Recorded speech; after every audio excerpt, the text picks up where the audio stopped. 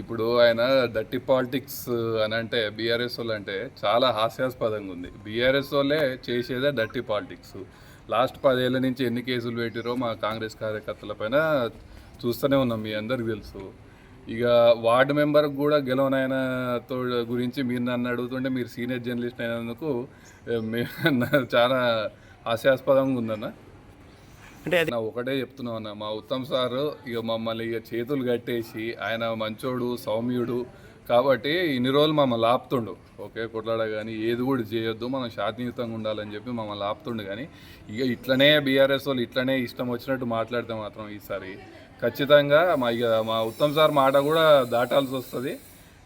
హుజూర్నగర్ పొలిమేరలు కూడా ఏ బీఆర్ఎస్ కార్యకర్తను కూడా తిరగనీయము, రోడ్లపైన కూడా తిరగనీయము, ఒక్కరు కూడా పొలిమేర దాటరని చెప్పి ఈ సందర్భంగా హెచ్చరిస్తున్నాం. ఇంకా త్వరలో పోలీస్ స్టేషన్ పోయి కేసు పెట్టబోతున్నాము. ఆయన ఖచ్చితంగా ఆయన ఇల్లు ముట్టడి చేస్తాము. ఈయనకే కాదు, ఈ వార్డు మెంబర్ కూడా గెలవని ఆయన గురించి మీరు నన్ను అడగడం, నేను ఆయన గురించి చెప్పడం అనేది చాలా హాస్యాస్పదమైన విషయము.